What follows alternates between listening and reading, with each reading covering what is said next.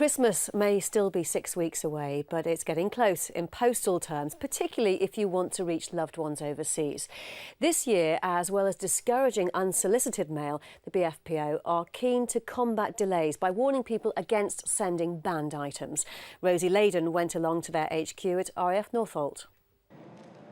Every week in November, the BFPO have to sort through up to 400 tonnes of mail, and that figure rises to 500 tonnes in December during the run-up to Christmas.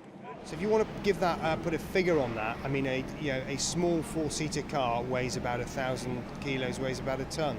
So you're talking about, we're sorting the equivalent of between 300 and 500 Ford Fiestas.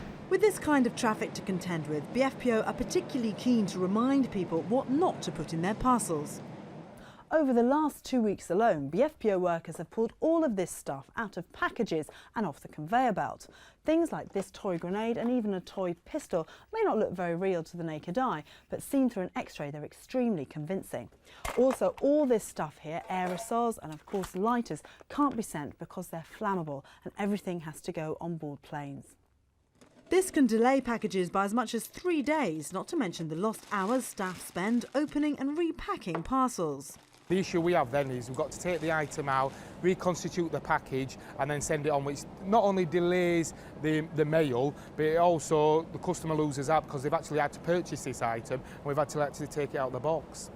This year, the BFPO have released a new app to remind people about the restrictions. It also works out how much a package will cost to send and when the last post deadlines are for Christmas. Finally, the Forces Post Office issued their annual warning against sending out unsolicited mail. Please don't give us unsolicited mail. So if you don't know who you're sending it to, either donate to a service charity or as a minimum, hold it back until after Christmas when we've dealt with the rush.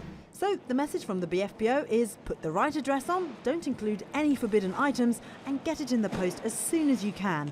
And they'll do their best to make sure it reaches your loved ones in time for Christmas. Rosie Leyden, Forces News at RAF Northolt.